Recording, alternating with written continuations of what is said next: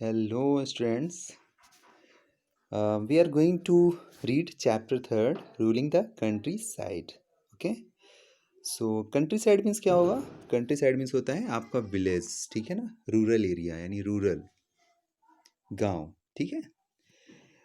याद करिए chapter third आपका पूरी तरह से चैप्टर टू से लिंक कर रहा है, ठीक है? इसमें हम फर्स्ट हेडिंग देख रहे हैं the company becomes the diwan is given, okay?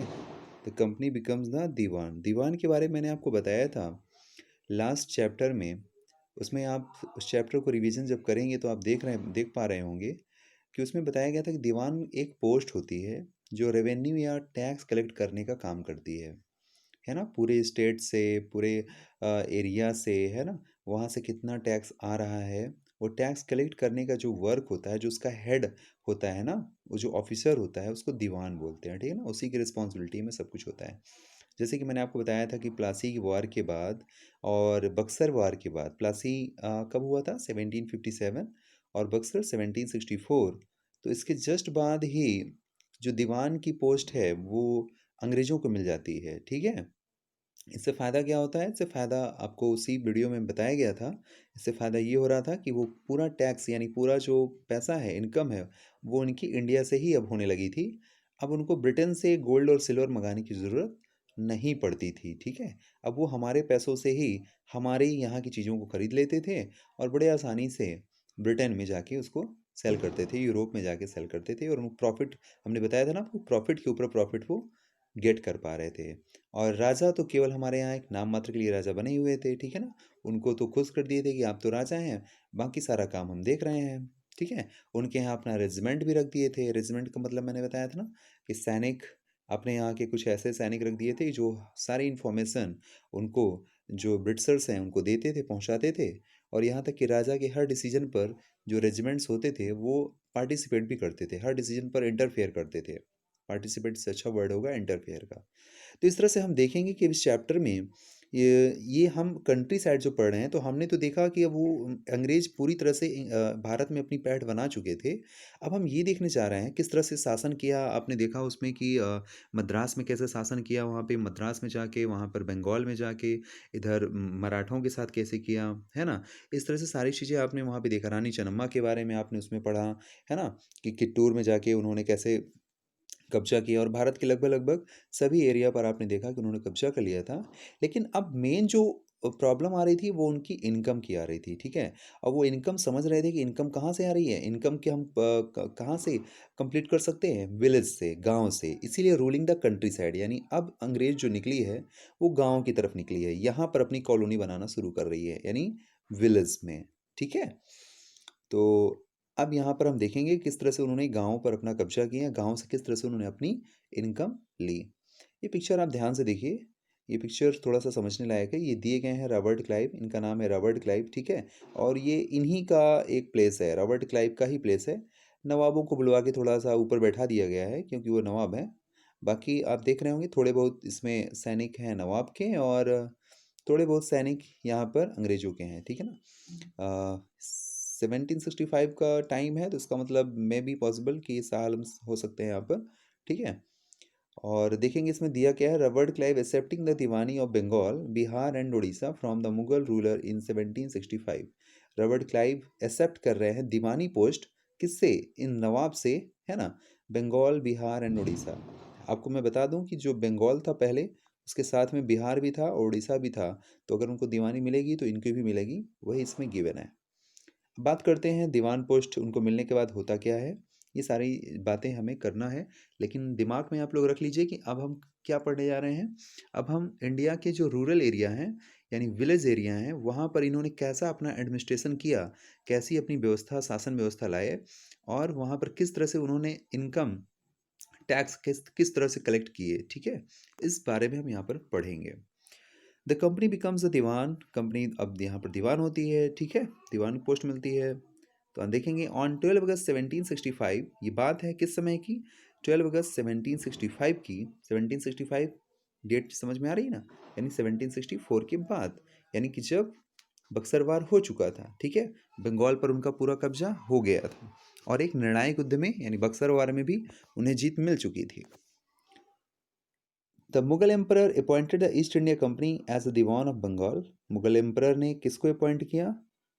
Company को as the diwan of Bengal. The actual event most probably took place in Robert Clive tent. ये जो प्लेस है ये रबर्ट क्लाइव का जो टेंट है यानी रबर्ट क्लाइव के यहाँ ही हुआ है, ठीक है।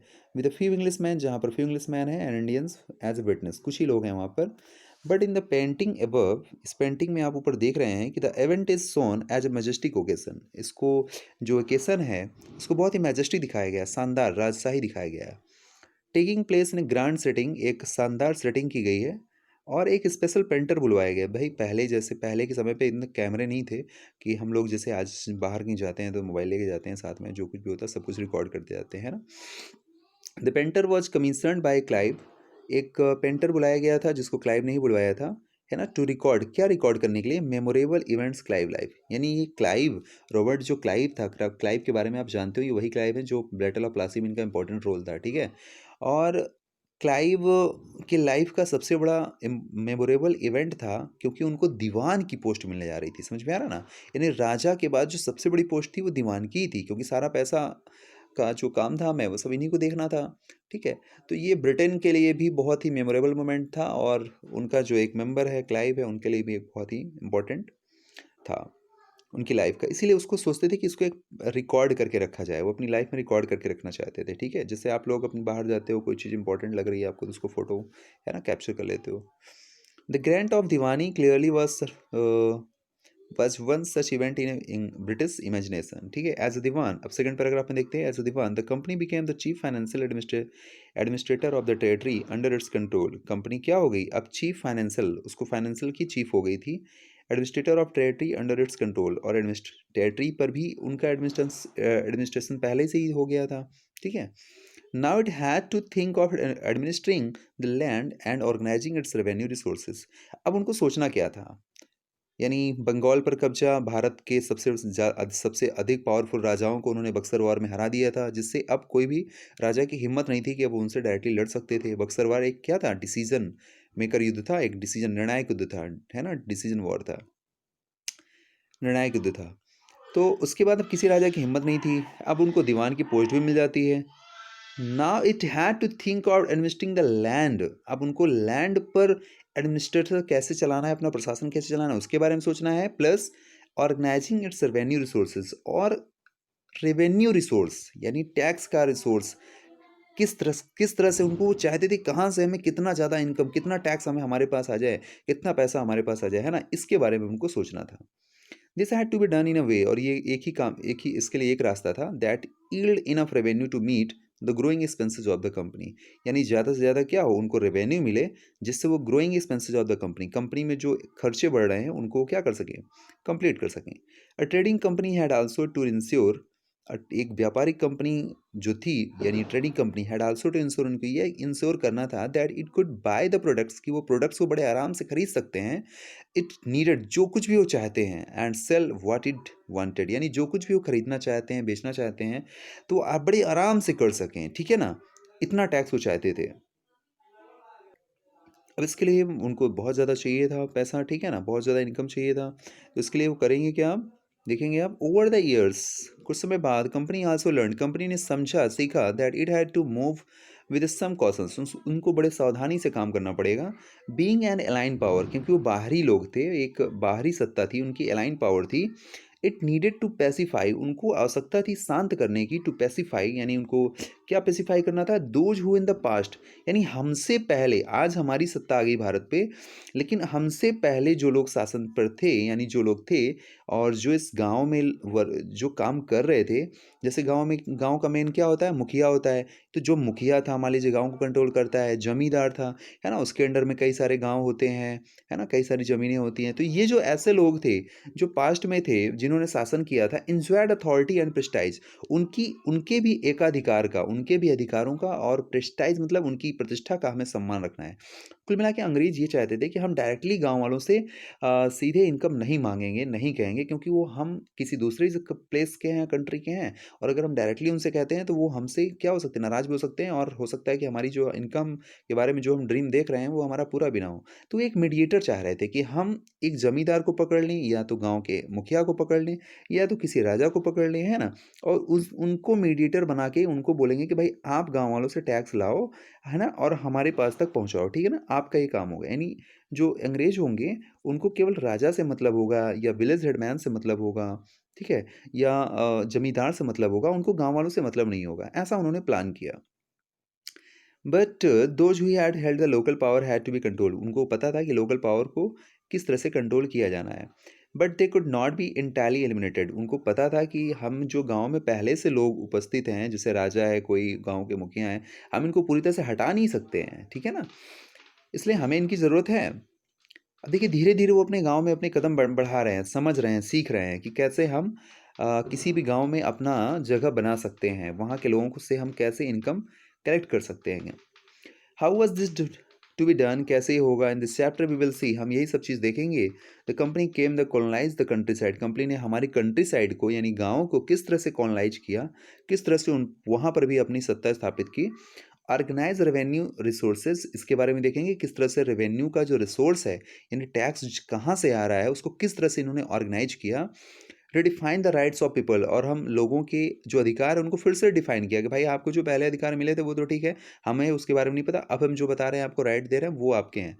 And produce the crops it wanted, और कैसे क्रॉप्स को हम जितना हम चाहते हैं उस हिसाब से हम कैसे क्रॉप्स को प्रोड्यूस कर सकें, ठीक है? तो इस तरह से हाँ, नेक्स्ट हेडिंग है revenue for the company. The company had become the diwan. Company अब दीवान हो चुकी थी, ठीक है, दीवान की पोस्ट मिल चुकी थी उसको। But it still saw itself primarily as a trader. वो दीवान बनने के बाद भी वो राजा बनने, एडमिनिस्ट्रेशन करने पे ऊपर नहीं थी, वो अभी भी अपने आप को किस रूप में देख रही थी, ट्रेडर के रूप में। क्योंकि वो समझ रही थी कि हम मेरा हमारा जो मेन पर्पज है वो तो उद्देश्य ही है हमारा ना। वो जो हमारा मेन उद्देश्य है वो क्या है हमारा, वो तो हमारा ट्रेडिंग है, व्यापार करना है। तो company had become a diwan, देखो दीवान बन चुकी थी, but is still saw itself the primarily as trader. लेकिन वो अपने आप को ट्रेडर के रूप में ही देख रहे थे, बिजनेसमैन के रूप में, कि हमें ज़्यादा से ज़्यादा बिजनेस पर फोकस करना चाहिए। Okay, it wanted a large revenue income. वो एक बहुत बड़ी इनकम चाहते थे, but was unwillingly to set up any regular system of assessment. लेकिन वो कोई सिस्टम नहीं बनाना चाहते थे, वो एक रेगुलर सिस्टम नहीं बनाना चाहते थे कि आखिर इनकम आएगी कहाँ से हमारे पास, ठीक है। वो ये नहीं चाहते थे कि कैसे है, बस उनको ये चाहता है कि हमें बस मिल जाए। बट क्या ये पॉसिबल है? नहीं है ऐसा पॉसिबल, ठीक है ना। अभी देखेंगे उनको ये सिस्टम बनाना पड़ेगा कि किस तरह से हमारे पास टैक्स आएगा। The effort was to increase the effort was to increase the revenue as much as. उनको तो बस ये था कि किस तरह से रेवेन्यू हमारे पास है ना उस बढ़े, ठीक है, as much as it could buy, जिससे वो आसानी से सब कुछ खरीद सकें जो वो चाहते हैं। Buy the fine cotton silk cloth as cheaply as possible, जितना सस्ता से सस्ता हो सके वो खरीद लें। विद इन 5 ईयर्स, और 5 ईयर्स के भीतर में ही वैल्यू ऑफ जो गुड्स है, जो उनकी गुड्स है, bought by the company in Bengal, Bengal में क्या हो, बंगाल में उनकी डबल हो गई। हालांकि वो इनकम चाह रहे थे और उनको इनकम मिल भी रही थी। बिफोर 1865 की अगर पहले की बात करें तो company had purchase goods, company ने जो भी गुड्स खरीदे इंडिया से, by importing gold and silver from the Britain. यानी अभी भी 1865 के पहले तक वो सस्ता से सस्ता जो माल है वो खरीद तो पा रहे थे, लेकिन इसके लिए इनको एक प्रॉब्लम इनकी ये आ रही थी कि वो ब्रिटेन से क्या आ रहा था, गोल्ड आ रहा था, ठीक है, ब्रिटेन से गोल्ड आ रहा था, सिल्वर आ रहा था, ये सब ब्रिटेन से आ रहा था, और इसको जब ये इंडिया में देते थे तब जाके सस्ता से सस्ता जो है माल खरीद पाते थे, ठीक है। बट नाउ अब जो टाइम है वो चेंज हो रहा है, इसमें देख रहे हैं आप, है ना। अब टाइम क्या चेंज हो रहा है कि टाइम चेंज हो रहा है कि बट नाउ द रेवेन्यू, अब जो revenue collected in Bengal, Bengal से अब जो रेवेन्यू कलेक्ट हुआ है, यानी पहले तो दीवान पोस्ट नहीं थी उनके पास, लेकिन अब वो दीवान हो गए थे, तो अब उनको बंगाल से ही इतना रेवेन्यू उनको मिल जा रहा है, अन्य जो आसपास के एरिया हैं उनसे इतना रेवेन्यू उनको मिल जा रहा है, could finance the purchase of goods for export, कि वो बड़े आराम से, है ना, एक्सपोर्ट के लिए, यानी ब्रिटेन में जो कुछ भी उनको भेजना है उसके लिए सामान बड़े आराम से खरीद सकते थे। तो अब देख रहे हैं ना कि इस पैराग्राफ में हमें क्या समझ में आया, इस पैराग्राफ में हमें ये समझ में आया कि वो ज़्यादा से ज़्यादा जो चाहते थे पहले वो खरीदते तो थे सस्ते सस्ते रेट पे, लेकिन एक उनमें प्रॉब्लम ये थी कि वो ब्रिटेन से गोल्ड और सिल्वर मंगाते थे, तब जाके यहाँ की चीज़ों को खरीद पाते थे। लेकिन बंगाल में कब्जा होने के बाद, बंगाल का मतलब बिहार उड़ीसा में, यहाँ भी उनका क्षेत्र बढ़ गया था। यहाँ पर इनका कब्जा होने के बाद अब उनको क्या करना है, अब यहीं से वो अब टैक्स कलेक्ट करते हैं, और टैक्स कलेक्ट करने रेवेन्यू कलेक्ट करते हैं, और उसी से यहाँ की चीज़ों को बड़े आराम से खरीदते हैं, यानी डबल मुनाफा कमा रहे थे। यही तो चीज़ हम बात कर रहे हैं आपसे। Soon it was clear that Bengal economy was facing a deep crisis, और जल्द ही ये सब कुछ क्लियर हो गया कि जो बंगाल की इकोनॉमी है was facing a deep crisis, एक बहुत बड़ी जो इकोनॉमी का मतलब होता है वहाँ की जो अर्थव्यवस्था है ना, वो पूरी तरह से क्या हो गई, वो टूट ही चुकी थी, है ना। क्योंकि इतना ज़्यादा अब कहाँ से कोई टैक्स उनको पे कर सकता था, है ना, ज़बरदस्ती टैक्स लेना है उनको, तो कहाँ से इतना कोई पे कर सकता था। आर्टिसन वॉज डिजर्टिंग द विलेज, जो आर्टिसन थे डिजर्ट कर रहे थे, विलेज को छोड़ रहे थे, है ना, deserting village, since they were being forced to sell their goods to the company at low prices. क्यों? क्योंकि उनको ज़्यादा से ज़्यादा सस्ते रेट पर, है ना, अपने गुड्स को बेचने के लिए कहा जा रहा था। जितने भी आर्टिसंस थे, कारीगर थे, छोटी छोटी चीज़ों को जो बनाने वाले हैं, हर तरह के कारीगर जो कुछ भी बनाते थे, उनको कहा जाता है कि आप सस्ते सस्ते रेट पर बेचो। ठीक है, वो कुछ हद तक तो उन्होंने बेचा, लेकिन जब वो बहुत ज़्यादा परेशान हो गए तो उन्होंने गाँव ही छोड़ दिया। पिजेंट्स वर अनेबल टू पे, और जो किसान थे हमारे, peasants means farmer, was unable to pay the dues that were being demanded from them, जो भी उनसे मांगा जाता था उसको भी वो ड्यू पे करने में क्या थे, अनेबल थे। Artisanal production was in decline, इस प्रकार से जो आर्टिसनल प्रोडक्शन था वहाँ पे वो पूरी तरह से क्या हो गया, डिक्लाइन हो गया, फिनिश हो गया। And agriculture cultivation showed a sign of collapse, और जो एग्रीकल्चर कल्टीवेशन था, जो खेती से भी हमें जो कुछ भी मिलता था, वो भी पूरी तरह से कोलैप्स हो गया, बर्बाद हो गया। क्यों? क्योंकि ज़बरदस्ती इनको टैक्स लेना था ना, तो इतना किसान जहाँ तक उनको था तो वो पे कर रहे थे, लेकिन उसके बाद, है ना, वो उन्होंने गाँव ही छोड़ दिया। देन इन 1770, और एक बहुत ही इंपॉर्टेंट लाइन है, देखिए, इन 1770 a terrible famine killed, terrible film में एक भयावह भुखमरी, फैमिन मतलब एक भुखमरी के द्वारा क्या हुआ, किल 10 मिलियन पीपल, 10 मिलियन पीपल क्या हो गया, बंगाल में मर गए, है ना, भूखमरी के कारण, भूख के कारण, ठीक है ना, इतना उनको प्रॉब्लम हो गई थी। About 1/3 of the population was wiped out, यानी बंगाल में कितने लोग थे, लगभग अगर 3 करोड़ थे तो 3 करोड़ में 1 करोड़, है ना, 1 करोड़ लगभग क्या हो गए, भूखमरी के कारण मर गए। ठीक है, इतना उन्होंने परेशान कर लिया था। ठीक है, आप देखेंगे ये जो मार्केट दिख रही है आपको, ये मार्केट जो आपको दिख रही है ना, weekly market in Murshidabad, Bengal, Bengal में ये वीकली मार्केट है। वीकली मार्केट आपने क्लास 7 में पढ़ा होगा क्या है ना। पिजेंट्स एंड आर्टिसंस, ये देखिए, from rural area regularly came to see the weekly markets to sell their goods, यहाँ पर आते हैं अपना सामान बेचने के लिए। And buy what they needed, अब उनको अच्छा बर्बाद कैसे हो गए होंगे। अच्छा देखिए, जो भी सामान बनाया उन्होंने, तो उसमें उनकी कुछ ना कुछ तो कॉस्ट प्राइस लगी है ना, लागत, कॉस्ट प्राइस लगी है ना उनकी। तो जो भी कॉस्ट कॉस्ट प्राइस इनकी लगी है, अगर उनको उतना भी नहीं मिलेगा, उससे उनको थोड़ा ज़्यादा मिलना चाहिए ना, तब तो उनको प्रॉफिट होगा, तभी तो बिजनेस कर रहे हैं। अगर कोई सब्जी वाला है, कोई बनाना अगर 1 डज़न लिया हुआ है, अगर वो 40 रुपीज़ का सेल कर रहा है, तो इसका मतलब उसमें 10 रुपीज़ उसका प्रॉफिट ऐड है उसका, है ना, 10 या 5 रुपीज़ उसका ऐड होगा, तभी तो बेच रहा है ना। अगर उसको 40 में ही बेचना पड़ेगा तो भी उसको कहीं ना कहीं लॉस होगा, है ना, वो मेहनत ही क्यों कर रहा है, 40 का ला रहा है, 40 का सेल कर रहा है। लेकिन यहाँ पर हालत उससे भी बुरी थी, यहाँ पर हालत ये थी कि जो कुछ भी वो ला रहे थे, उनको उससे भी नीचे का पैसा मिल रहा था, इतना सस्ता वो खरीदना चाहते थे। ठीक है, जिससे उनकी हालत ख़राब हो गई, है ना, और वो भुखमरी के कगार पे आ गए, है ना। और आपने देखा कि 1770 में टेरिबल फैमिन हुआ, ठीक है ना, killed 10 million people, 10 million people मतलब 1 लाख, 1 करोड़। देखेंगे the need to improve agriculture, अब यहाँ पर क्या नीड हो रही है, नीड टू इम्प्रूव एग्रीकल्चर। देखिए नेक्स्ट हेडिंग है हमारी the need to improve agriculture, यानी अब अंग्रेजों को समझ में आ रहा था कि हमें कहीं ना कहीं एग्रीकल्चर इम्प्रूव करना पड़ेगा। यानी अगर हमें अपनी इनकम बढ़ानी है तो हमें कहीं ना कहीं एग्रीकल्चर को क्या करना पड़ेगा, इम्प्रूव करना पड़ेगा। क्योंकि आपने देखा ना कि जस्ट पिछले लास्ट वाले पैराग्राफ में आपने देखा ना कि किस तरह से बर्बाद हो रहे थे, भुखमरी के कगार पे आ गए थे, है ना, गाँव छोड़ रहे थे। तो if the economy was in ruins, पूरी तरह से बर्बाद हो रही थी, तो could the company be certain of revenue income, तो अब कंपनी किस तरह से एक निश्चित सर्टेन मतलब एक सिस्टम चाहती थी कि हम हमें उतना टैक्स मिले ही मिले, एक fix. Most company officials began to feel, बहुत सारी कंपनी के जो ऑफिशियल्स थे उनको महसूस होने लगा that investment in land had to be encourage, कि हमें इनको जो इन्वेस्टमेंट है लैंड पर यानी मिट्टी पर यानी कि खेती पर, हमें क्या करना चाहिए, जो इन्वेस्टमेंट है उसको इनकरेज करना चाहिए, नहीं है ना। Agriculture had to be improved, हमें एग्रीकल्चर को इम्प्रूव करना पड़ेगा। अच्छा यहाँ देखने वाली बात यह है कि उनको इससे मतलब नहीं कि कितने लोग बंगाल में मर गए, है ना, उनकी दशा क्या हो गई, क्या है, वे एग्रीकल्चर इंप्रूव करना चाहते हैं। क्यों? क्योंकि उनकी इनकम इफेक्ट हो रही थी। ठीक है, तो अब उनके इतना दिमाग आ गया है कि हमें एग्रीकल्चर क्या करना पड़ेगा, इम्प्रूव करना पड़ेगा। देखेंगे आप सबसे पहले ये जो साइड में हमें महोदय दिख रहे हैं, ये कौन है? चार्ल्स कॉर्नवालिस है, इनका नाम याद रखिएगा, चार्ल्स कॉर्नवालिस बहुत इंपॉर्टेंट हो जाते हैं। आईएएस पीसीएस के एग्जाम में भी ये पूछे जाते हैं। जो पॉइंट आपका दिया गया है अभी जस्ट हम पढ़ाने जा रहा हूँ आपको, ठीक है? Cornwallis was the governor general of India, ये गवर्नर जनरल ऑफ इंडिया थे चार्ल्स कॉर्नवालिस, जो हमारे भारत में आए थे। When the permanent settlement was introduced, इनका जो सबसे महत्वपूर्ण काम था वो यही था, परमानेंट सेटलमेंट का। हालांकि इन्होंने बहुत और भी बहुत सारे काम किए हैं, लेकिन अभी आपकी बुक में केवल इतना ही दिया है, तो आप उसको समझ लीजिए कि इनका सबसे इंपॉर्टेंट वर्क अगर कोई था तो परमानेंट सेटलमेंट था। ये परमानेंट सेटलमेंट लाए थे, राइट? अब देखते हैं, द नीड टू इम्प्रूव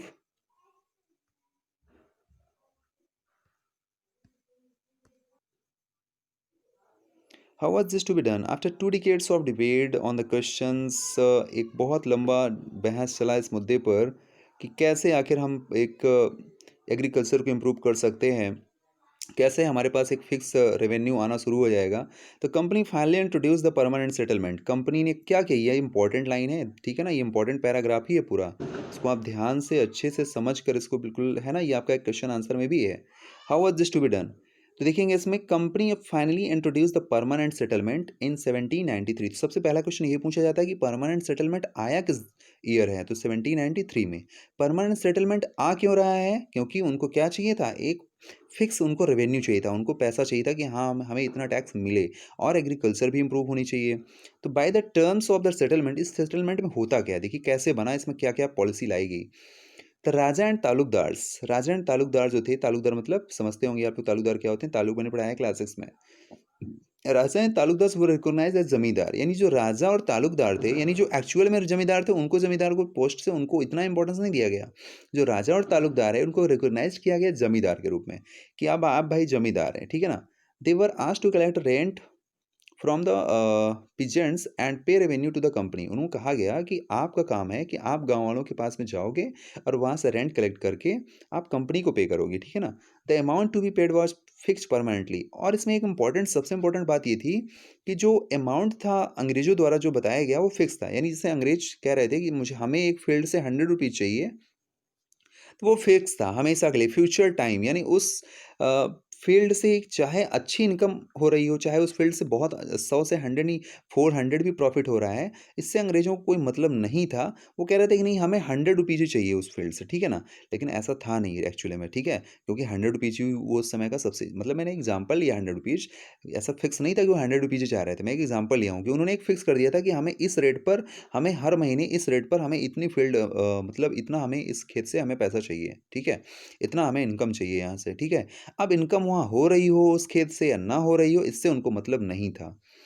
तो देखेंगे, fixed permanently, that is to be was not be increase in future, यानी जो फ्यूचर में इंक्रीज नहीं किया जाएगा। It was felt that this would insure a regular flow of revenue into a company of coffers.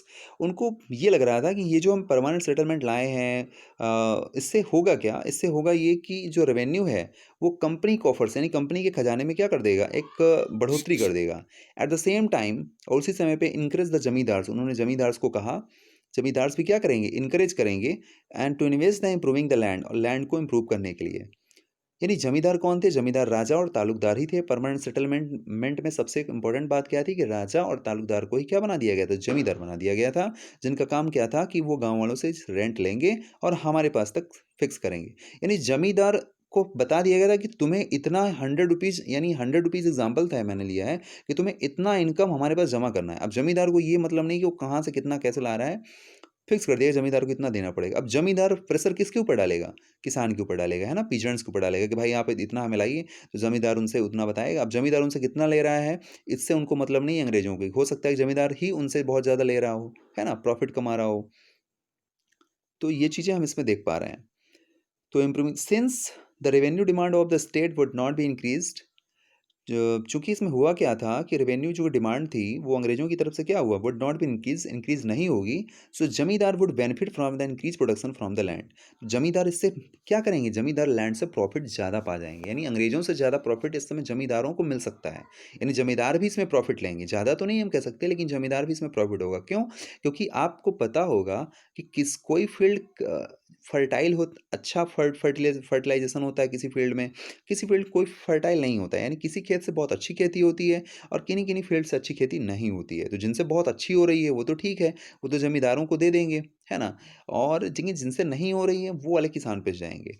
अच्छा, जमींदारों को profit क्या हो रहा था? जमींदारों को प्रॉफिट ये हो रहा था कि जिससे जहाँ अच्छी पैदावार हो रही थी, जमींदार वहाँ से ज़्यादा पैसा ले रहे थे, ठीक है? और वो आधा पैसा अपने पास बचा लेते थे और जितना अंग्रेज़ों को देना होता था वो दे देते थे। हालाँकि इससे भी जब बड़ी प्रॉब्लम अभी हमें आगे सामने के लिए मिलेगी। The problem, the permanent settlement however created problems. Permanent settlement में क्या-क्या प्रॉब्लम्स थी? Company officers soon discovered the zamindar were in fact not investing in the improvement of a land.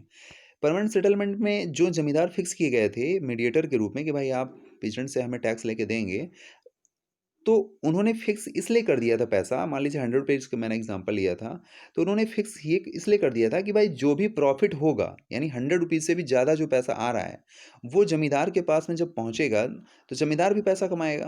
तो ज़मींदार अगर पैसा कमा रहा है, तो उस पैसे का उपयोग वो कहाँ कहाँ करेगा? वो ज़मीन पर करेगा। तो इससे लैंड क्या होगी? इम्प्रूव होगी। लेकिन ज़मींदार ऐसा कर नहीं रहा था ना, ज़मींदार भी बीच में क्या कर रहा था? एक तरह से मीडिएटर का एक एजेंट के रूप में काम कर रहा था, एक दलाली के रूप में काम कर रहा था कि वो अंग्रेज़ों को जहाँ से उनको प्रॉफ़िट हो रहा था, वो तो उनको देता ही था, लेकिन जो भी उससे पैसा बचता था, उस लैंड को इम्प्रूवमेंट में नहीं देता था, ठीक है? The revenue had been fixed was so high. अच्छा, वो पैसा बढ़ा भी नहीं सकते थे। परमानेंट सेटलमेंट में एक ख़ास बात थी कि अंग्रेज़ अपना रेवेन्यू जो सिस्टम बनाए हैं, उसमें बढ़ा भी नहीं सकते थे। Revenue was had been fixed was so high that the zamindar found it difficult to pay. लेकिन पहले से ही अंग्रेज़ों ने पहले से ही इतना रेवेन्यू का जो सिस्टम था उसको इतना हाई कर दिया था कि किसान ही ज़मींदार को नहीं दे पा रहे थे पैसे, कि भाई हम इतना नहीं कर पा रहे हैं, और ज़मींदार को अगर नहीं दे पा रहा तो ज़मींदार अंग्रेज़ों को नहीं दे पा रहा है, ठीक है ना? एनीवन हू फेल्ड, तो इस जब ज़मींदार फेल होने लगे, ज़मींदारों ने पैसा देना उनको बंद कर दिया कि भाई इस फील्ड से इतना हो ही नहीं रहा है, तो उनको नाराज़गी हुई, है ना? तो इन्होंने किया क्या कि anyone who failed the pay revenue lost his zamindari. जो ज़मींदार फेल्ड होता था रेवेन्यू देने में उनको, तो उनकी ज़मींदारी ही छीन लेते थे कि ठीक है, आप ज़मींदारी नहीं है। और करते क्या थे? Numerous zamindar were sold off at auction organised by the company. और उनकी बोली लगवा देते थे ज़मींदारों की कि भाई अगला ज़मींदार कौन होगा? जो ज़्यादा पैसा देगा, है ना? जो ज़्यादा हमें टैक्स कलेक्ट करके दे सकता है, हम उसी को ज़मींदार बनाएँगे। यानी जो पहले से ज़मींदार जो बने थे, उनको हटा देते थे। तो अब इसमें ज़मींदारों को भी नुकसान हो रहा है, ठीक है ना? By the first decade of 19th century, यानी 19th सेंचुरी के फर्स्ट डिकेड की बात करें, यानी 1810 की बात करें, तो सिचुएशन बदली। The prices in the market rose, market के प्राइस बढ़े, and the cultivation slowly expanded, और धीरे धीरे खेती क्या होने लगी? अच्छी होने लगी, थोड़ा सा सुधार आया। This meant an increase in the income of the जमींदार। इसका मतलब ये था कि जमींदार की इनकम तो बढ़ रही है, but no gain for the company. लेकिन कंपनी की इनकम नहीं बढ़ेगी। क्यों? क्योंकि कंपनी ने तो परमानेंट सेटल में फिक्स कर दिया ना कि हमें तो इतना पैसा चाहिए। अब खेती बहुत अच्छी हो रही है, तो उसका प्रॉफिट कौन ले रहा है? जमींदार ले रहा है किसानों से, ठीक है? और उतना ही पैसा दे रहा है जितना उन्होंने पहले से फिक्स कर दिया था। बात मेरी समझ में आ रही है कि नहीं आ रही है आप लोगों को? ठीक है। इसमें 3 पर्सन थे, एक किसान था, ज़मींदार था और बिडसर्स थे, ठीक है? बिडसर्स को यहाँ पे फ़ायदा नहीं हो रहा है क्योंकि उनको तो फिक्स पैसा चाहिए था ना, तो उनको तो उतना ही पैसा मिल रहा है, ठीक है? लेकिन यहाँ पर खेती सुधर गई है, तो अब वो चाहते तो और हैं कि हाँ, हम बढ़ा लें रेवेन्यू, लेकिन वो बढ़ा नहीं सकते ना, क्योंकि परमानेंट सेटलमेंट में क्या हो गया था, हमने पढ़ा था कि जो टैक्स है वो फिक्स हो गया था। It could not increase the revenue demand, वो रेवेन्यू डिमांड को नहीं बढ़ा सकते थे, that had been fixed permanently, क्योंकि वो परमानेंट हमेशा के लिए फिक्स कर दिया गया था, ठीक है? इवन देन जमींदार did not have interest in improving the land, और यहाँ आप देख रहे हैं कि जमींदार को जो पैसा ज़्यादा मिल भी रहा है, तो वो क्या कर रहा था? Did not have any interest, उनको कोई भी इंटरेस्ट नहीं था कि हम लैंड में इम्प्रूव करें, कि चलो ठीक है हम किसानों की मदद करें। यानी जो कुछ भी पे कर रहा है यहाँ पे किसान कर रहा है, किसान ही पैसा लेकर, है ना, मनी लेंडर से, साहूकारों से पैसा ले लेके, उधार ले लेके, है ना, अपने खेतों पर पैसा लगा रहा है। अब बदले में जितना भी आ रहा है वो टैक्स में दिए दे रहा है जमींदार को, ठीक है ना? उसको प्रॉफिट क्या हो रहा है? कुछ नहीं हो रहा है। उसको प्रॉफिट कहाँ से होगा? पहले जो किसान देखो, खेती में अगर वो कोई कुछ ना कुछ कर रहा है तो उसके लिए भी तो उसको पैसा चाहिए ना। जैसे उसमें खाद डालनी है ना? बीज डालना है, खेती करवाना है, पानी लगाना है, इन सब के लिए भी पैसा चाहिए। तो उसको खेती में पैसा लगाने के लिए उसने उधार लिया, ठीक है? अब उधार लेने के बाद अब वो ज़मींदारों को टैक्स दिए दे रहा है, तो उसके पास बच क्या रहा है? कुछ नहीं बच रहा है, क्योंकि उसको उसको अपने लिए, जीवन के लिए भी तो जीना चाहिए ना कुछ, तो वो नहीं कमा पा रहा है, ठीक है? लेकिन ज़मींदार को अगर यहाँ प्रॉफिट हो रहा है तो ज़मींदार भी इनकी हेल्प नहीं कर रहा है किसानों की, ठीक है? तो ये प्रॉब्लम आ रही है इनकी। Some had lost their lands, some had lost their lands in the earlier years of the settlement। और इस तरह से कुछ जो किसान थे, उन्होंने क्या किया, कुछ ज़मीनें अपनी खो दिया, है ना, सेटलमेंट में। अच्छा, नहीं नहीं, जमींदार थे, some had lost their lands in the earlier years of the settlement, कुछ ने अपनी जमींदारी बहुत पहले ही खो दी थी, अभी जस्ट मैंने बताया ना उनकी बोली लगा दी जाती थी। अदर्स नाउ सा, जब दूसरे जमींदारों ने ये सब चीज़ देखी तो उन्होंने सोचा कि पॉसिबिलिटी ऑफ अर्निंग, यानी हमें ज़्यादा से ज़्यादा क्या करना चाहिए, कमाना चाहिए। जमींदार सोच रहे थे ज़्यादा से ज़्यादा पैसा कमा लेते हैं, बाद में पता नहीं हमें भी निकाल देंगे, हमारी भी बोली लगा देंगे, तो जमींदार तो इस चक्कर में थे। ठीक है, without trouble and risk of the investment, वो इन्वेस्टमेंट नहीं चाहते थे कि हम इन्वेस्टमेंट करके अपने, है ना, हमारी अपनी इनकम कम करें। As long as zamindar could give out land tenants and get rent, उनका काम, बस जमींदार को काम केवल इतना था कि वहाँ से जाते थे, उनको कलेक्ट करके पैसा उनको दे देना था। They were not interested in improving the land, वो लैंड में अपना पैसा लगाना नहीं चाहते थे। इससे किसानों के ऊपर बोझ क्या हो रहा था, धीरे धीरे और बढ़ रहा था। ठीक है, ऑन द अदर हैंड, अब दूसरे साइड में देखते हैं कि in the village cultivators found, जो वहाँ के किसान थे, ठीक है ना, विलेज कल्टिवेटर जो खेती करते थे, found the system extremely oppressive, यानी वो समझ गए कि हमारे ऊपर सबसे ज़्यादा जो अत्याचार हो रहा है वो हमारे ऊपर हो रहा है। यानी पहले प्रॉफिट तो अंग्रेज ले रहे हैं, दूसरे प्रॉफिट में जमींदार ले रहे हैं, पिस में हम पिस कौन रहा है, कल्टिवेटर यानी पिजेंट्स पिस रहे हैं। The rent he paid to zamindar was high, यानी जमींदार को जो रेंट पे करते थे वो बहुत हाई था, यानी जमींदार ने बताया ना कि जमींदार उनसे पहले ही बहुत ज़्यादा हाई पैसे लेते थे। His right on the land insecure, और जो किसान थे उनका जो ज़मीन पे अधिकार था वो भी सिक्योर नहीं था। ठीक है ना, अगर वो रेंट नहीं पे कर पाते थे तो जो किसान होता था वो अपनी ज़मीन उसको क्या करना पड़ता था, देना पड़ता था।